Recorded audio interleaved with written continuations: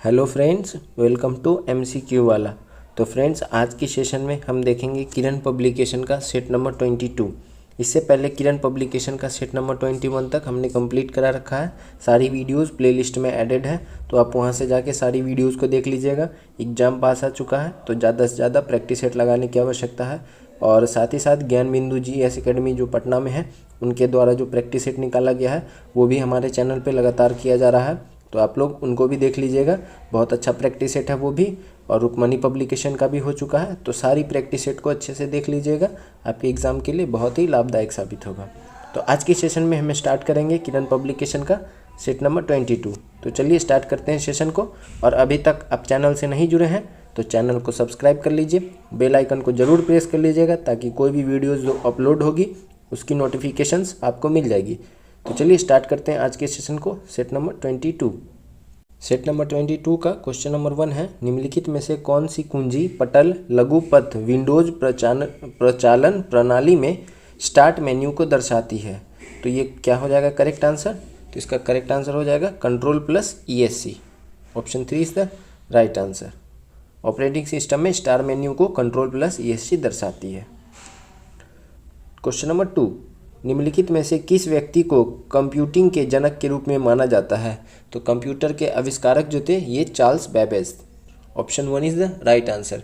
1837 में इन्होंने कंप्यूटर की आविष्कार की थी, तो इसको ध्यान में रखेंगे, कंप्यूटर के जनक चार्ल्स बेबेज। 3, निम्नलिखित में कौन सी बात बौद्ध धर्म तथा जैन धर्म में समान नहीं है?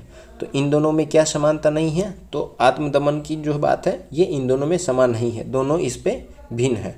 बाकी अहिंसा, वेदों के प्रति उदासीनता, रीति व रिवाजों की अस्वीकृति, ये तीनों बौद्ध धर्म में समानता है, और आत्मदमन असमानता है। 4, कोरबा कोयला क्षेत्र अवस्थित है। तो कोरबा कहाँ पे है? तो कोरबा छत्तीसगढ़ में है। Option 2 is the right answer, इसको ध्यान में रखना है। क्वेश्चन नंबर 5, निम्नलिखित में से किस राजा ने पाटलिपुत्र बसाया था? तो पाटलिपुत्र के संस्थापक कौन हो जाएंगे? तो हर्यक वंश के शासक उदयन जो है ये पाटलिपुत्र के संस्थापक हैं। तो option 4 is the right answer. 6, मानस नदी किस नदी की उपनदी है? तो मानस जो है ये किसकी उपनदी है? तो ब्रह्मपुत्रा की है। Option 4 is the right answer, तो इसको ध्यान में रखेंगे।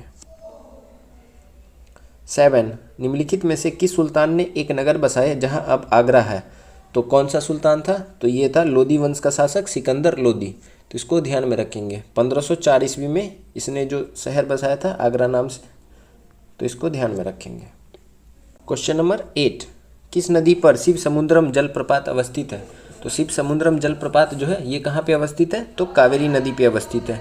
किस राज्य में है? तो ये कर्नाटक राज्य में है, तो इसको ध्यान में रखेंगे। और कावेरी नदी को ही हम दक्षिणी की गंगा के नाम से भी जानते हैं, तो इसको ध्यान में रखेंगे। क्वेश्चन नंबर 9, निम्नलिखित में से किस मुगल बादशाह को वजीर गाजी उद्दीन ने दिल्ली में दाखिल नहीं होने दिया था? तो वजीर गाजी उद्दीन ने किसे दिल्ली में दाखिल नहीं होने दिया था? तो मुगल बादशाह शाह आलम द्वितीय को। Option 2 is the right answer, तो इसको ध्यान में रखेंगे। 10, निम्नलिखित नदी में से सबसे अधिक नदी पथ परिवर्तन किया है? तो सबसे अधिक जो नदी अपना पथ परिवर्तन की है वो कौन है? तो वो है कोसी नदी। इसको बिहार का शोक भी कहते हैं, तो इसको ध्यान में रखेंगे। 11, भारतीय राष्ट्रीय कांग्रेस की स्थापना की थी? तो भारतीय राष्ट्रीय कांग्रेस की स्थापना ये एक रिटायर्ड IAS ऑफिसर थे A.O. ह्यूम, इन्हीं के द्वारा किया गया था 1885 में। Option 1 is the right answer. 12, पट अंचल अवस्थित है। तो पट कहाँ पे कहा जाता है? ये कहा जाता है झारखंड के छोटा नागपुर पठारी क्षेत्र में अंचल जो है पट वहीं पे अवस्थित है, तो इसको ध्यान में रखेंगे। 13, निम्नलिखित में से किसने 1857 के विद्रोह को दबाने के लिए अंग्रेजों को सहायता प्रदान नहीं की थी? तो ये कौन थे जो अंग्रेजों को सहायता प्रदान नहीं किए थे? तो अवध की बेगम हजरत महल, वो तो खुद वहाँ से नेतृत्व कर रही थी बेगम हजरत महल अवध से। बाकी ग्वालियर की सिंधिया, हैदराबाद के निजाम और भोपाल की सिकंदर बेगम, ये लोग अंग्रेजों की सहायता किए थे, तो इसको ध्यान में रखेंगे। 14, ब्रिटिश भारत सरकार ने बंगाल के विभाजन को लागू करने के निर्णय की घोषणा कब की थी?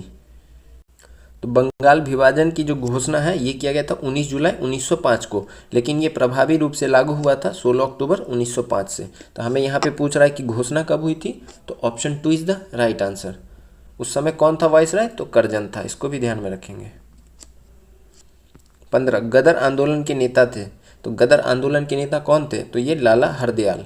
Option 1 is the right answer. और गदर पार्टी की स्थापना कब हुई थी? 1913 में सैन फ्रांसिस्को में लाला हरदयाल के सहयोग से हुई थी, तो इसको ध्यान में रखेंगे। 16 1927 में महाराष्ट्र में महाद सत्याग्रह किसने आरंभ किया था? तो महाराष्ट्र के अंदर महाद सत्याग्रह को आरंभ किए थे, ये हो जाएंगे आपके doctor BR Ambedkar. Option 3 is the right answer. ध्यान में रखना है, महाद सत्याग्रह 1927 महाराष्ट्र के क्षेत्र में डॉक्टर BR अम्बेडकर के द्वारा, तो इसको ध्यान में रखना है। 17 निम्नलिखित में कौन सा अधिनियम मॉन्टेग्यू चेम्सफोर्ड रिपोर्ट पर आधारित है? तो कौन सा अधिनियम हो जाएगा? तो ये भारत शासन अधिनियम 1919 जो है ये मॉन्टेग्यू चेम्सफोर्ड रिपोर्ट पर आधारित है। ये रिपोर्ट कब की है? तो ये भी 1919 की है, तो इसको ध्यान में रखना है। और मॉन्टेग्यू कौन था? तो मॉन्टेग्यू जो था वो राज्य सचिव था और चेम्सफोर्ड वाइसराय। पहले राज्य सचिव का नाम आता है, बाद में वाइसराय का नाम आता है। क्वेश्चन नंबर 18 जवाहरलाल नेहरू के नेतृत्व में मुस्लिम लीग अंतरिम सरकार में कब सम्मिलित हुई थी? तो अंतरिम सरकार बनी थी 2 सितंबर 1946 को और मुस्लिम लीग इसमें सम्मिलित हुई थी 24 अक्टूबर 1946 को। Option 3 is the right answer. 19 1947 में लॉर्ड माउंटबेटन द्वारा घोषित भारत और पाकिस्तान के लिए सीमा आयोग के अध्यक्ष कौन थे? तो सीमा आयोग के अध्यक्ष कौन थे? तो ये सर रेडक्लिफ थे। Option 4 is the right answer. Bharat और पाकिस्तान के बीच में जो रेखा है उसे रेडक्लिफ रेखा कहा जाता है, इसीलिए क्योंकि इसके अध्यक्ष रेडक्लिफ थे। 20 भारत का अक्षांशीय विस्तार डैश उत्तर से डैश उत्तर तक है। तो अक्षांशीय विस्तार जो है ये 8 डिग्री 4 मिनट नॉर्थ से 37 डिग्री 6 मिनट नॉर्थ तक है, तो इसको ध्यान में रखेंगे। ये सब माइनर मिस्टेक नहीं होना चाहिए एग्जाम के अंदर। तो option 2 is the right answer. 21 निम्नलिखित में कौन सी नदी खंभात की खाड़ी में नहीं मिलती है? तो खंभात की खाड़ी में कौन सी नदी नहीं गिरती है? तो ये हो जाएगी कोयना नदी। कोयना नदी जो है ये बंगाल की खाड़ी में गिरती है, तो इसको ध्यान में रखेंगे। 22 मेघालय पठार की सबसे ऊंची चोटी कौन सी है? तो मेघालय पठार की सबसे ऊंची चोटी जो है ये शिलोंग चोटी है। Option 4 is the right answer. इसकी ऊंचाई जो है वो 1965 मीटर है, तो इसको ध्यान में रखेंगे। 23 भारतीय संविधान का कौन सा अनुच्छेद राष्ट्रपति द्वारा शपथ या प्रतिज्ञान से संबंधित है? तो राष्ट्रपति का शपथ ये किस आर्टिकल में है? आर्टिकल 60 के अंदर है। Option 2 is the right answer. इसका एक ट्रिक भी था, पकानी कोका दुयो दशम, यानी आर्टिकल 52 से लेके 61 तक राष्ट्रपति की चर्चा है। तो 100 से शपथ ये 60 के अंदर है, 61 में महाभियोग, 52, 53, 54, 55, 56, 57, 58, 59, 60, 61। तो इस ट्रिक को याद रखेंगे, राष्ट्रपति आपको पूरा याद हो जाएगा।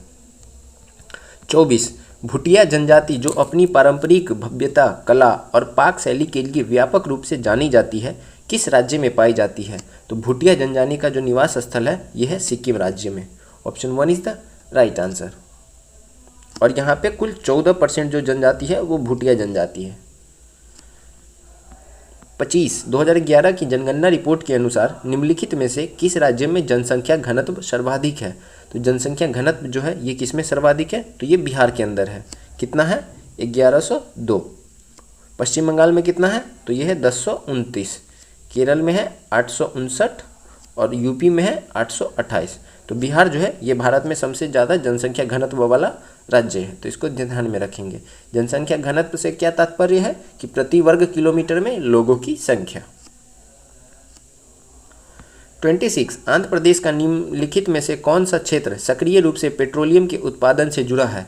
तो आंध्र प्रदेश का जो कृष्णा गोदावरी बेसिन है ये सक्रिय रूप से पेट्रोलियम के उत्पादन से जुड़ा हुआ है, तो इसको ध्यान में रखेंगे।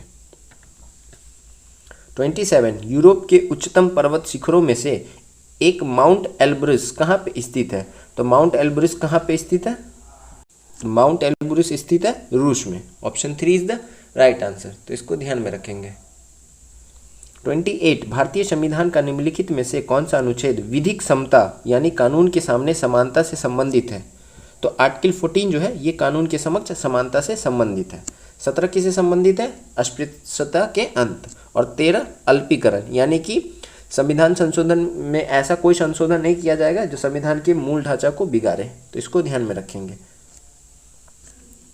29 अंतर्राष्ट्रीय शांति और सुरक्षा को बढ़ावा देने से संविधान संबंधित प्रावधान भारतीय संविधान के निम्नलिखित में से किसके एक भाग के रूप में उल्लेखित है। तो ये किसके एक भाग के रूप में उल्लेखित है, तो यह है राज्य के नीति निर्देशक तत्व। आर्टिकल 15 जो है ये अंतर्राष्ट्रीय शांति से के बारे में बताता है, तो इसको ध्यान में रखेंगे। 30 भारत में किसी राज्य के राज्यपाल का नियुक्ति प्राधिकारी निम्नलिखित में से कौन होता है। तो ये कौन होते हैं, ये होते हैं भारत के राष्ट्रपति। भारत के राष्ट्रपति द्वारा ही राज्यपाल की नियुक्ति की जाती है किसी भी राज्य के अंदर, और एक ही व्यक्ति एक से अधिक राज्य का राज्यपाल हो सकता है, तो इसको भी ध्यान में रखेंगे।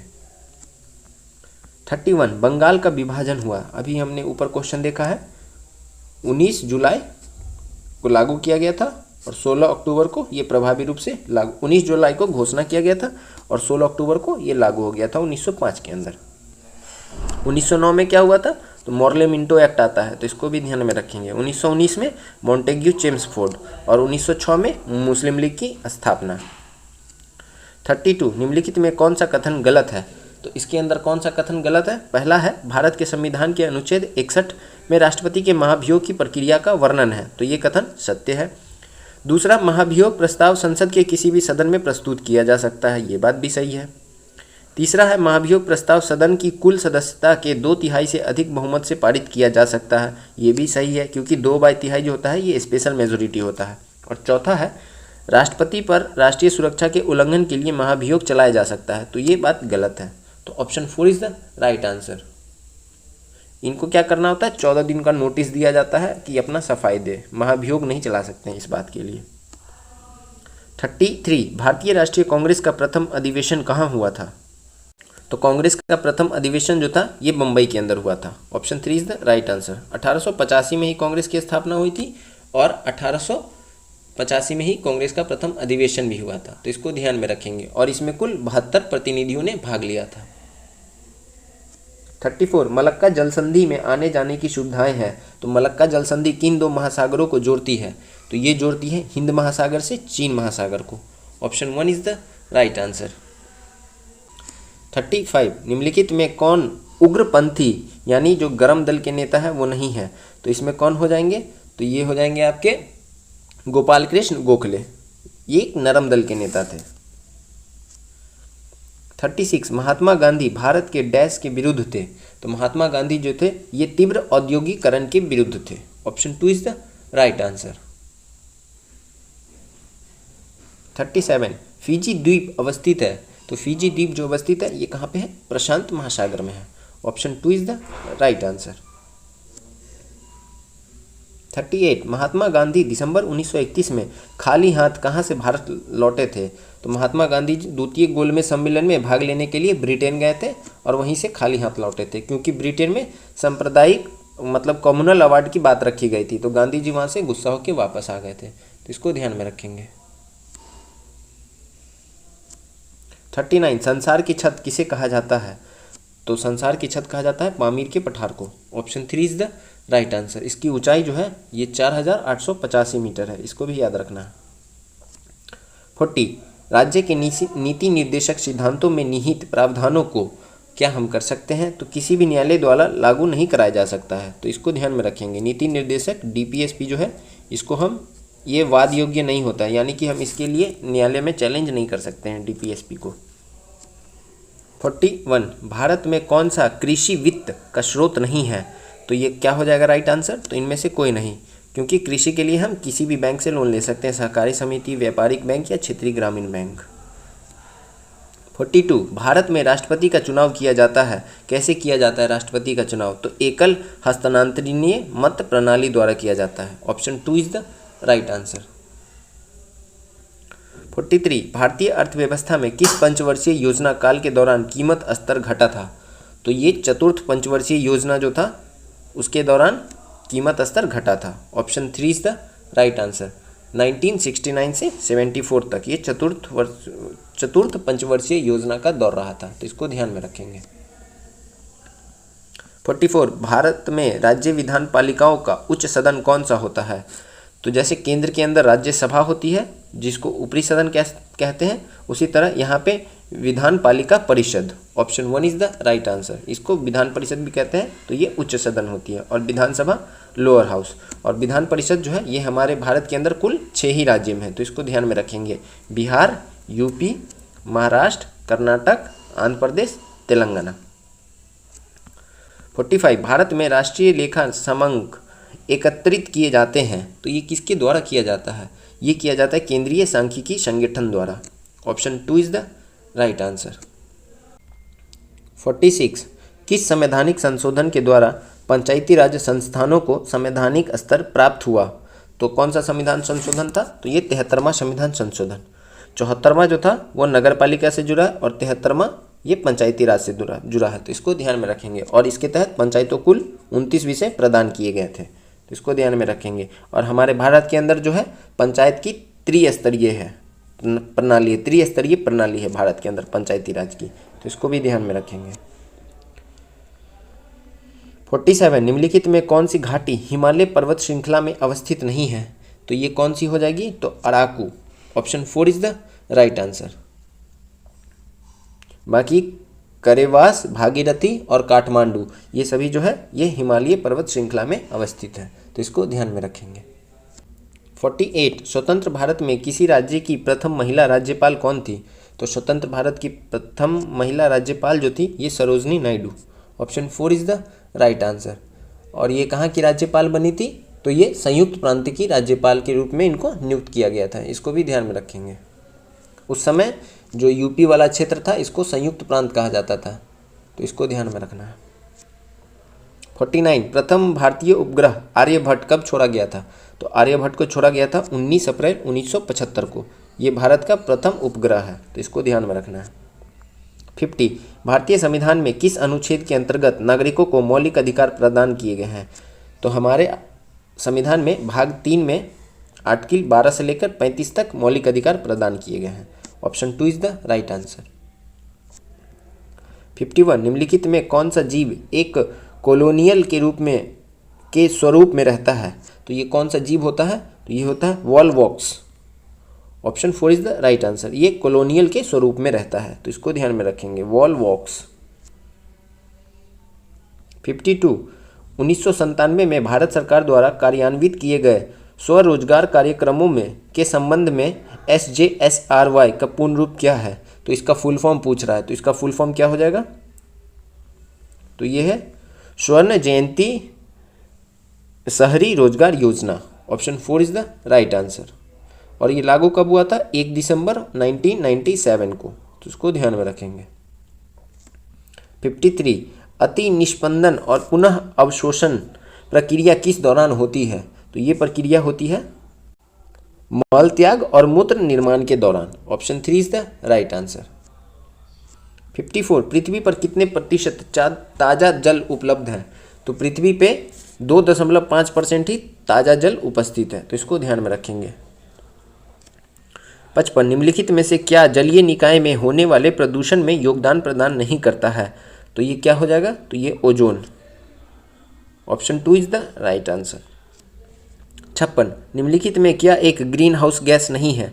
तो इनमें से ग्रीन हाउस गैस कौन नहीं हो जाएगा? तो कार्बन मोनोऑक्साइड, ये ग्रीन हाउस गैस नहीं है। बाकी सबसे ज़्यादा जल वाष्प होता है, नाइट्रस ऑक्साइड होता है, ओजोन होता है, ये सब ग्रीन हाउस गैस है। बाकी carbon monoxide green house gas नहीं है।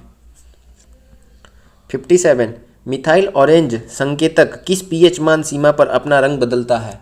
तो ये किस पीएच मान पे अपना रंग बदलता है? तो ये 3.1 से 4.4 तक। 3.1 पे ये लाल होता है और 4.4 पे जाते ही पीला हो जाता है, तो इसको ध्यान में रखेंगे। 58 इवनिंग स्टार किस ग्रह को कहते हैं? तो इवनिंग और मॉर्निंग, ये दोनों मॉर्निंग स्टार, ये कहा जाता है शुक्र ग्रह को। Option 3 is the right answer. और सबसे गर्म ग्रह पूछे तो ये भी शुक्र ग्रह ही हो जाएगा, और इसको पृथ्वी की जुड़वा बहन भी कहते हैं। 59 कैप्टन राकेश शर्मा ने किस वर्ष में एक सोवियत अंतरिक्ष कार्यक्रम में अंतरिक्ष की यात्रा की थी? तो कैप्टन राकेश शर्मा किस वर्ष अंतरिक्ष में गए थे? तो ये गए थे 1984, 2 अप्रैल 1984 को। सोवियत अंतरिक्ष कार्यक्रम के तहत अंतरिक्ष की यात्रा की थी इन्होंने। 60 घेंघा रोग किसकी अल्पप्रकीयता के कारण होता है? तो घेंघा रोग जो होता है ये होता है अवटु ग्रंथि यानी कि थायराइड ग्रंथि के अल्पप्रकीयता के कारण होता है। Option 1 is the right answer. 61 परिवर्तक यानी कि ट्रांसफार्मर किस सिद्धांत पर कार्य करता है? तो ट्रांसफार्मर जो है ये पारस्परिक प्रेरण के सिद्धांत पर काम करता है। Option 2 is the right answer. 62 इलेक्ट्रॉनों की तरंग प्रकृति को प्रायोगिक रूप से पहली बार किनके द्वारा सिद्ध किया गया था? तो ये पहली बार सिद्ध किया गया था डेविसन और जर्मन प्रयोग के द्वारा। Option 3 is the right answer. 63 चेचक का रोगकारक जीव कौन सा है? तो चेचक जो होता है ये वेरियोला विषाणु की वजह से होता है। Option 2 is the right answer. 64 peptide बंध का निर्माण किसके बीच होता है? तो पेप्टाइड बंध का निर्माण एमिनो एसिड और कार्बोक्सिल समूह के बीच में होता है। Option 3 is the right answer. 65 Hansika कोशिका रक्ताल्पता किसके कारण होती है? यानी सिकल सेल एनीमिया जो है, सिकल सेल एनीमिया ये किसके कारण से होती है? तो ये होता है हीमोग्लोबिन के असामान्य स्तरों के कारण। Option 2 is the right answer. 66 हमारे भोजन आहार के प्रोटीन घटक मुख्य रूप से किसके लिए उत्तरदायी है? तो ये उत्तरदायी होते हैं ऊर्जा और वृद्धि के लिए। प्राथमिक ऊर्जा हमें कार्बोहाइड्रेट से मिलती है, बाकी द्वितीय ऊर्जा हमें प्रोटीन से ही प्राप्त होती है, और शरीर की वृद्धि के लिए तो बहुत ही आवश्यक होता है प्रोटीन। 67 भारतीय रासायनिक प्रौद्योगिकी संस्थान कहाँ स्थित है? तो ये कहाँ पे स्थित है? नई दिल्ली के अंदर। Option 3 is the right answer. और इसकी स्थापना कब की गई थी? 1944 में। 68 प्रवाहिका निम्नलिखित में से कौन से सूक्ष्म जीव के कारण होता है? तो प्रवाहिका जो होता है ये होता है सिगेला के कारण। Option 2 is the right answer. 69 उन सभी कारकों का अध्ययन क्या कहलाता है जो एक विशेष रोग के प्रकटन के लिए उत्तरदायी होते हैं? तो उसकी स्टडी को हम क्या कहते हैं? उसे हम कहते हैं epidemiology. Epidemiology. Option 4 is the right answer. 70 सामान्य सर्दी जुकाम के विरुद्ध टीकाकरण अधिक प्रभावी क्यों नहीं होता है? तो ये इसलिए नहीं होता है कि सामान्य सर्दी जुकाम के विरुद्ध कोई भी टीका विकसित नहीं किया जा सकता है। Option 1 is the right answer. 71 पृथ्वी के चारों ओर गैसों के समूह को क्या कहते हैं? तो इसके समूह को कहा जाता है वायुमंडल। Option 3 is the right answer. और सबसे ज़्यादा वायुमंडल में नाइट्रोजन पाया जाता है 78.08%। उसके बाद ऑक्सीजन पाया जाता है, ये नाइट्रोजन हो गया, ऑक्सीजन 20.95% ऑक्सीजन। कार्बन डाइऑक्साइड पाया जाता है 0.036%। तो ये सबको याद रखना है। 72 निम्नलिखित में से किस खाद्य पदार्थ में उच्चतम प्रति ग्राम कैलोरी मान होता है? ये किसके अंदर होता है? ये होता है मांस के अंदर। Option 4 is the right answer. 73 निम्नलिखित में से किस उद्देश्य के लिए पराश्रव्य तरंगे अल्ट्रासाउंड वेव्स का प्रयोग नहीं किया जाता है? तो ये किसके द्वारा नहीं किया जाता है? तो चमगादड़ द्वारा अपने शरीर का पता लगाने के लिए किया जाता है। जलपोत द्वारा समुद्र की तह की गहराई ज्ञात करना ये भी किया जाता है। मानव शरीर के आंतरिक अंगों में दोषों का निदान करना ये भी किया जाता है। आकाशीय क्षेत्र में वायुयान का पता लगाना तो ये नहीं किया जाता है। तो option 4 is the right answer. वायुयान का पता लगाने के लिए जो किया जाता है वो माइक्रोवेव तरंग का उपयोग किया जाता है, तो इसको ध्यान में रखना है। 74 नीचे दिए गए विकल्पों में से जल चक्र के संबंध में गलत कथन की पहचान करें। जल चक्र के संबंध में कौन सा कथन गलत है? तो ये हो जाएगा जल वाष्प केवल वाष्पोत्सर्जन के माध्यम से ही वायुमंडल में आती है, तो ये कथन गलत है। Option 2 is the right answer.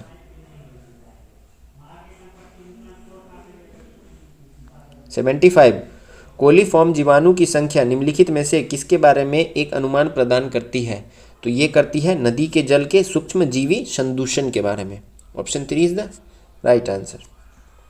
76 प्रत्येक स्थिति में समतुल्य शेष प्राप्त करने के लिए संख्याओं 2270, 3739 और 6670 को निम्नलिखित में से किस बड़ी से बड़ी संख्या से विभाजित किया जाना चाहिए? तो इसको किस बड़ी संख्या से विभाजित किया जाना चाहिए? तो 1469 से। यहाँ पे क्या करना है? हमें HCF निकाल लेना है।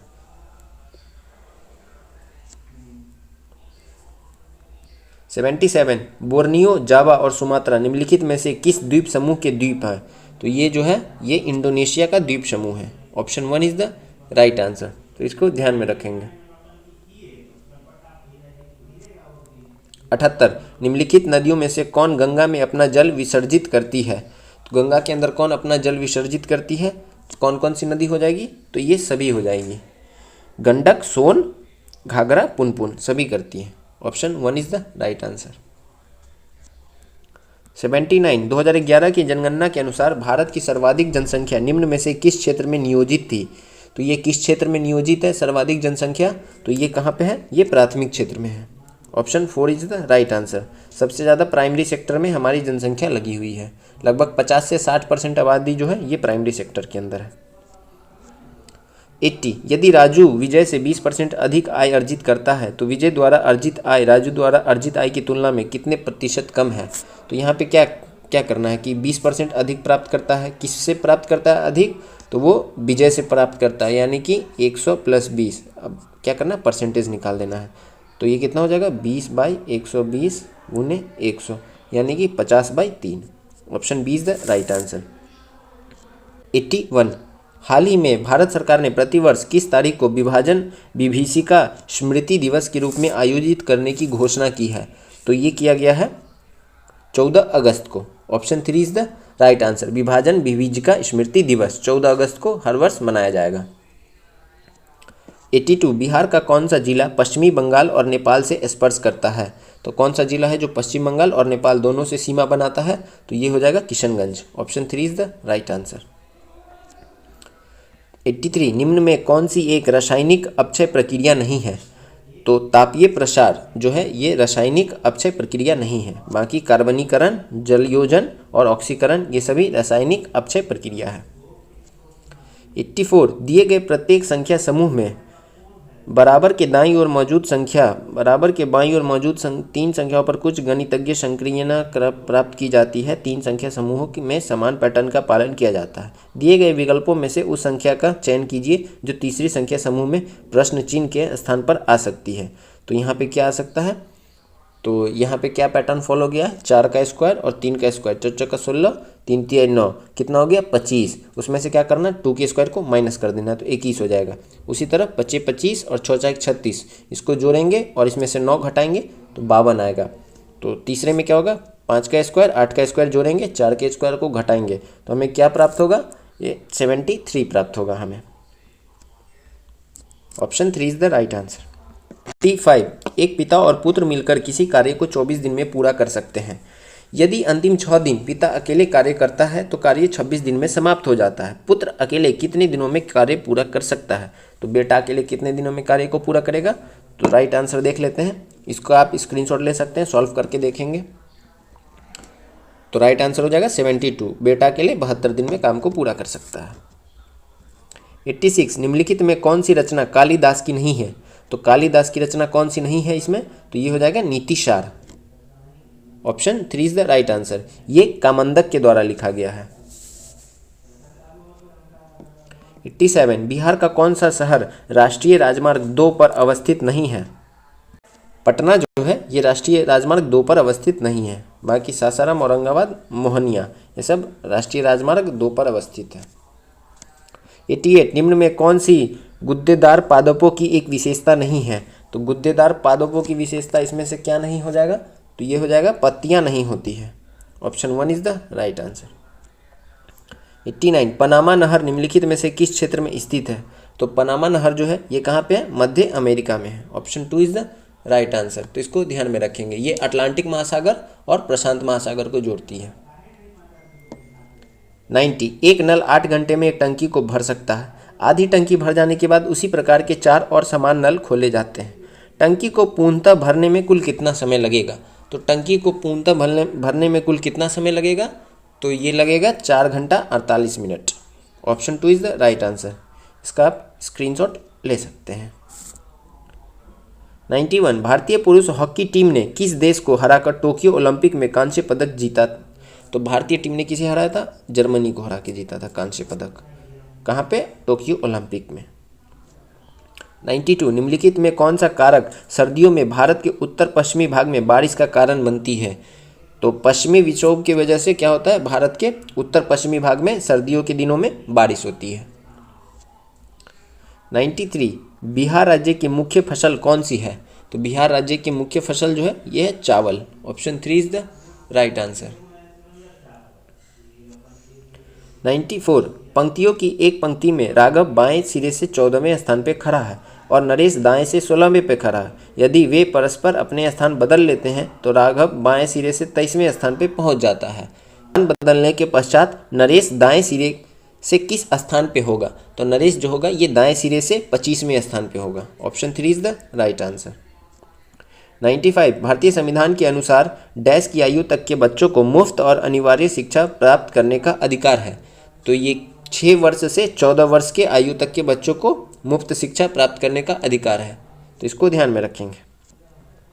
96, नमक का अनुभार लगभग कितना होता है? तो नमक का अनुभार जो होता है ये लगभग 58 ग्राम मोल होता है, पर मोल होता है। Option 4 is the right answer. 97, Bihar कृषि रोड मैप 2017-18 के अनुसार निम्नलिखित में से किसे प्रोत्साहन देने का प्रावधान है? तो ये किसे प्रावधान है?